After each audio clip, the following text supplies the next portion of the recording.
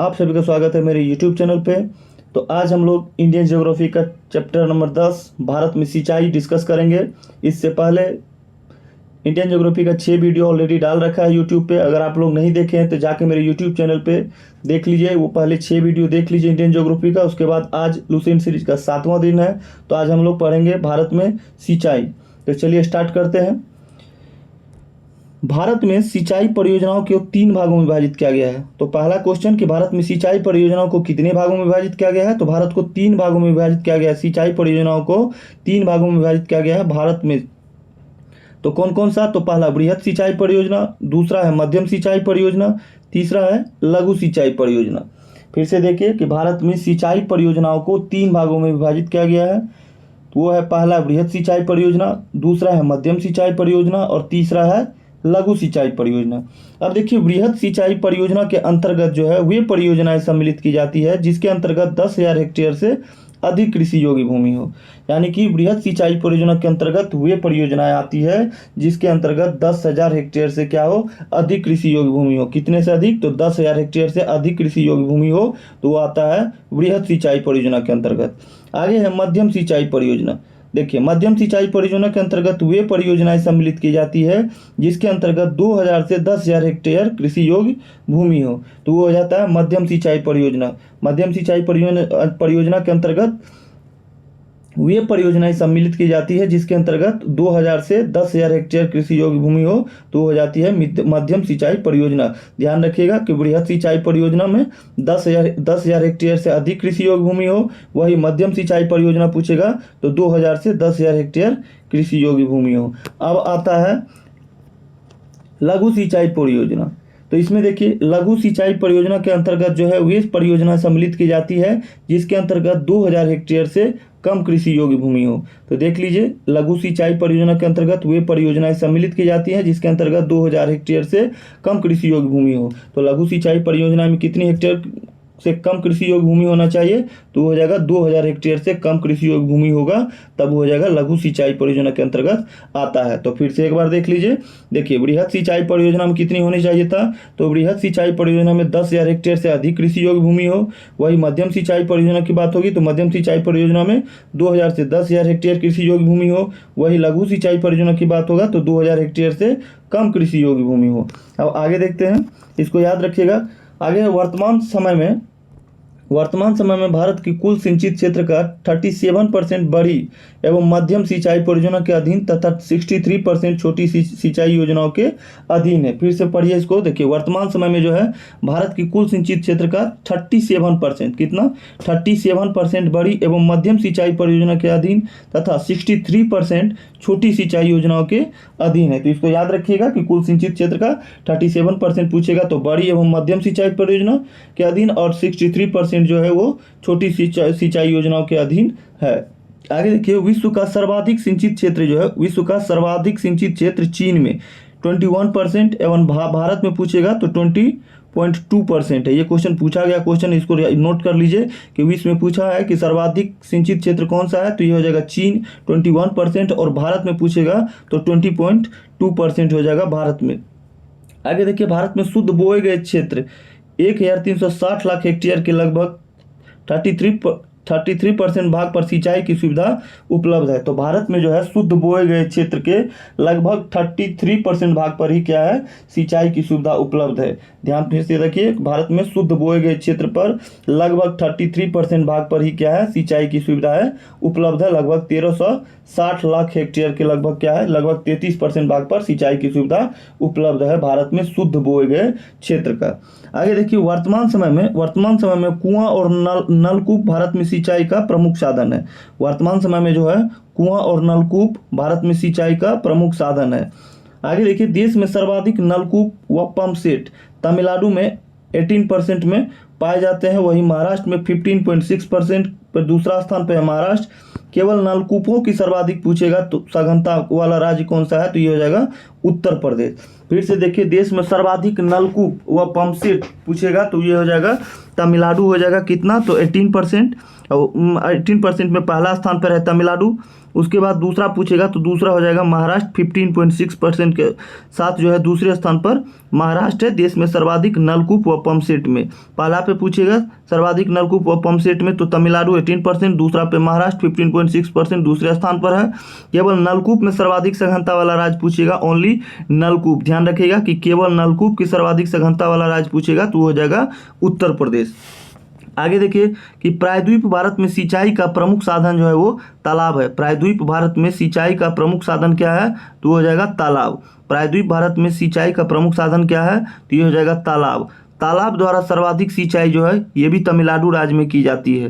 तालाब द्वारा पूछेगा कि सर्वाधिक सिंचाई किस राज्य में की जाती है तो हो जाएगा तमिलनाडु राज्य में की जाती है। और प्रायद्वीप भारत में सिंचाई का प्रमुख साधन पूछेगा क्या है ये हो जाएगा तालाब। और तालाब द्वारा सर्वाधिक सिंचाई किस राज्य में किया जाता है, ये किया जाता है तमिलनाडु राज्य में। आगे देखिए दमनगंगा सिंचाई परियोजना। दमनगंगा सिंचाई परियोजना जो है ये आपको दमनगंगा नदी पर कार्यरत है। दमनगंगा सिंचाई परियोजना जो है ये दमनगंगा नदी पर कार्यरत है और इस परियोजना के तहत बना जलाशय गुजरात के वलसाड जिले में स्थापित है। इस परियोजना के तहत बना जलाशय जो वो कहाँ पे है तो गुजरात के वलसाड जिले में स्थापित है। यह गुजरात एवं दादर एवं नगर हवेली की संयुक्त परियोजना है। ये जो परियोजना है तो ये गुजरात एवं दादर नगर हवेली की संयुक्त परियोजना है। फिर से देखिए दमनगंगा सिंचाई परियोजना जो है, दमनगंगा सिंचाई परियोजना ये दमनगंगा नदी पर कार्यरत है। ये भी पूछ सकता है कि बताइए दमनगंगा सिंचाई परियोजना किस नदी पर कार्यरत है तो ये कार्यरत है दमनगंगा नदी पर। और इस परियोजना के तहत बना जलाशय गुजरात के वलसाड जिले में स्थापित है और यह गुजरात एवं दादर नगर हवेली की क्या है संयुक्त परियोजना है। इसको ध्यान रखिएगा और ये क्वेश्चन इसको नोट कर लीजिए। ये भी पूछा गया क्वेश्चन है कि दमनगंगा नदी महाराष्ट्र एवं गुजरात से बहते हुए अरब सागर में गिरती है। तो याद रखिएगा इसको कि दमनगंगा नदी जो है वो कहाँ से गुजरते हुए तो महाराष्ट्र एवं गुजरात से बहते हुए कहाँ पे गिरती है तो अरब सागर में गिरती है। इसको नोट कर लीजिएगा आप लोग कि दमनगंगा नदी महाराष्ट्र एवं गुजरात, ये दोनों याद रखिएगा कि दमनगंगा नदी जो है महाराष्ट्र एवं गुजरात से बहते हुए कहाँ पे जा गिरती है तो अरब सागर में गिरती है। आगे देखिए गिरना सिंचाई परियोजना महाराष्ट्र के नासिक जिले में गिरना नदी पर स्थापित की गई है। तो गिरना सिंचाई परियोजना जो है ये महाराष्ट्र के नासिक जिले में गिरना नदी पर ही क्या है स्थापित है। तो गिरना सिंचाई परियोजना जो है किस नदी पर स्थापित है तो गिरना नदी पर स्थापित की गई है। गिरना सिंचाई परियोजना कहाँ पे तो महाराष्ट्र के नासिक जिले में गिरना नदी पर स्थापित की गई है गिरना सिंचाई परियोजना। आगे देखिए पंबा सिंचाई परियोजना। पंबा सिंचाई परियोजना जो है ये आपको केरल के पंबा नदी पर ही स्थित है। पंबा सिंचाई परियोजना कहाँ स्थित है तो केरल में स्थित है। किस नदी पर स्थित है तो पंबा नदी पर स्थित है। ध्यान रखिएगा इसको, पंबा सिंचाई परियोजना पूछेगा कि किस नदी पर स्थित है तो हो जाएगा पंबा नदी पर स्थित है। कहाँ पे तो केरल के पंबा नदी पर स्थित है पंबा सिंचाई परियोजना। आगे देखिए टिहरी पनबिजली कॉम्प्लेक्स। टिहरी पनबिजली कॉम्प्लेक्स जो है उत्तराखंड के टिहरी के समीप भागीरथी तथा भिलंगाना नदी पर स्थापित है। देखिए ये क्वेश्चन भी आपको बिहार एसआई में पूछा गया क्वेश्चन है, इसको ध्यान रखिएगा, ये नोट कर लीजिएगा। लुसेंट से बाहर कुछ भी नहीं आएगा। लुसेंट आप अच्छे से पढ़ लिए तो लुसेंट ही आपका रिजल्ट दिला देगा, इतना गारंटी है। देखिए हम आपको बताते जा रहे हैं कि कौन सा क्वेश्चन कहाँ पूछा जाता है। तो टिहरी पनबिजली कॉम्प्लेक्स उत्तराखंड के टिहरी के समीप भागीरथी तथा भिलंगाना नदी पर स्थापित है, इसको याद रखिएगा। और यहाँ से सिंचाई, जल आपूर्ति तथा जल विद्युत उत्पादन किया जाता है, इसको घेर लीजिएगा। फिर से देखिए टिहरी पनबिजली कॉम्प्लेक्स कहाँ तो उत्तराखंड के टिहरी के समीप भागीरथी तथा भिलंगाना नदी, कहाँ पे यही पूछा था तो भागीरथी तथा भिलंगाना नदी पर स्थापित है। और यहाँ से सिंचाई, जल आपूर्ति तथा जल विद्युत उत्पादन किया जाता है। चलिए आगे देखते हैं। आगे है इंदिरा गांधी नहर। इंदिरा गांधी नहर को सतलज नदी से जल मिलता है। ये क्वेश्चन भी पूछा गया क्वेश्चन है कि इंदिरा गांधी नहर को जल जो है कहाँ से मिलता है तो सतलज नदी से जल मिलता है इंदिरा गांधी नहर को।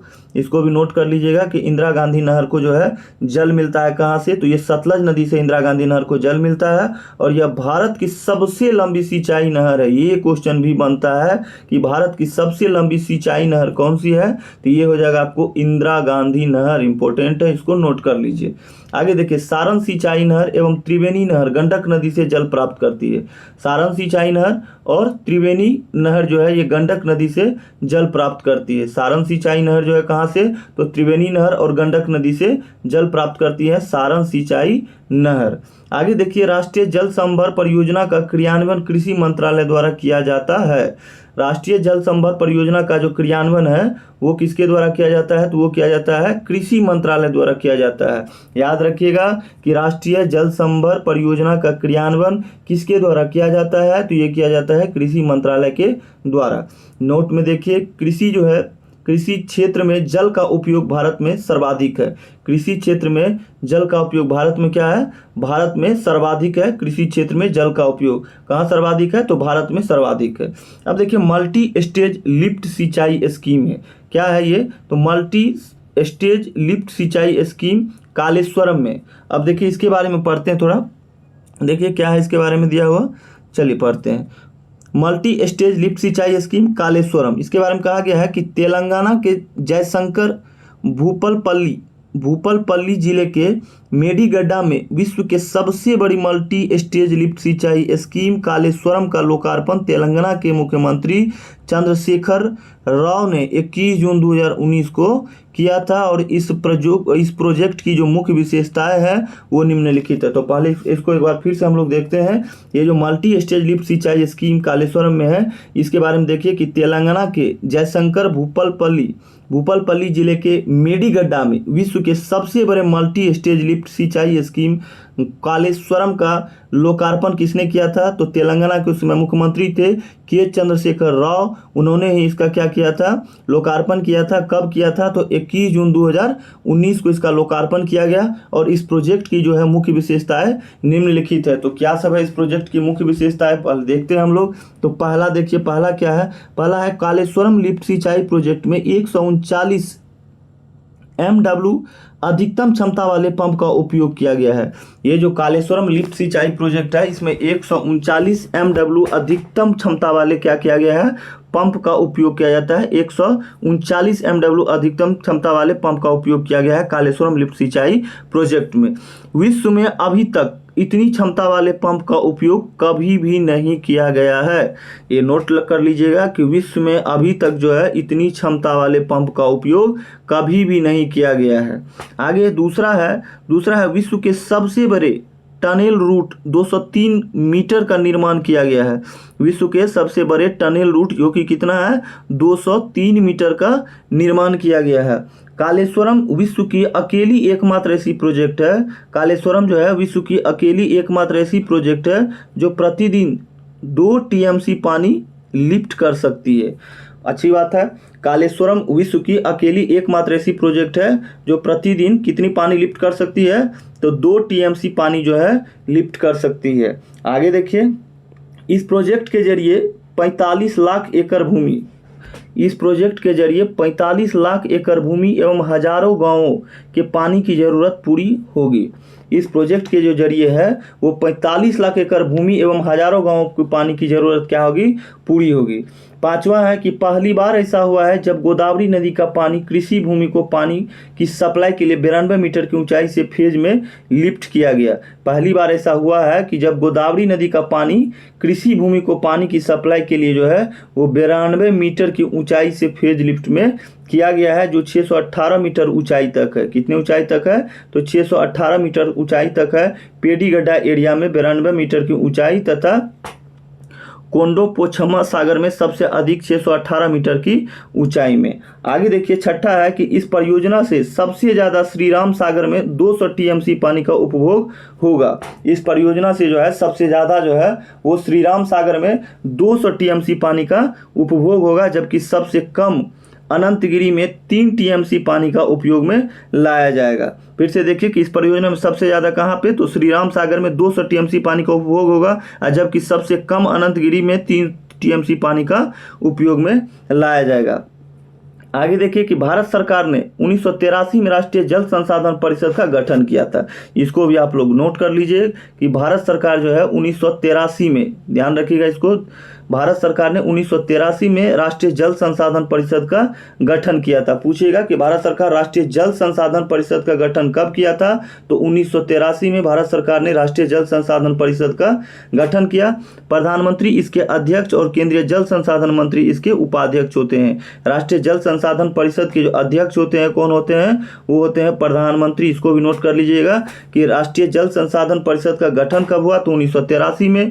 इसके अध्यक्ष कौन होते हैं, तो प्रधानमंत्री मंत्री होते हैं इसके अध्यक्ष, और केंद्रीय जल संसाधन मंत्री जो इसके क्या होते हैं, उपाध्यक्ष होते हैं। राष्ट्रीय जल संसाधन परिषद का अध्यक्ष प्रधानमंत्री होते हैं, और राष्ट्रीय जल संसाधन परिषद के उपाध्यक्ष जो होते हैं वो केंद्रीय जल संसाधन मंत्री इसके उपाध्यक्ष होते हैं। आगे देखिए, जल संसाधन राज्य मंत्री, संबंध केंद्रीय मंत्री, राज्य मंत्री, सभी राज्यों के मुख्यमंत्री और संघ प्रदेशों के उपराज्यपाल, राज्यपाल इसके सदस्य होते हैं। जल संसाधन मंत्रालय का सचिव इस परिषद का क्या होता है, सचिव होता है। इसको फिर से देखिए कि जल संसाधन राज्य मंत्री, संबंध केंद्रीय मंत्री और राज्य मंत्री, सभी राज्यों के मुख्यमंत्री और संघ प्रदेशों के उपराज्यपाल, राज्यपाल इसके क्या होते हैं, सदस्य होते हैं राष्ट्रीय जल संसाधन परिषद के। और जल संसाधन मंत्रालय का जो सचिव होता है वो इस परिषद का भी सचिव होता है। राष्ट्रीय जल संसाधन परिषद का क्या होता है, वो सचिव होता है। जल संसाधन मंत्रालय का सचिव जो है वो इस परिषद का सचिव होता है। तो आज का वीडियो यहीं ख़त्म होता है, ये चैप्टर ख़त्म हो गया है। अगले वीडियो में हम लोग अगला टॉपिक पढ़ेंगे। तो फिलहाल के लिए इतना ही। अगर आप लोग को वीडियो अच्छा लगा हो तो वीडियो को लाइक कर दीजिएगा, चैनल को सब्सक्राइब कर दीजिएगा, और वीडियो अच्छा लगा हो तो अपने दोस्तों के साथ भी शेयर कर दीजिएगा। धन्यवाद।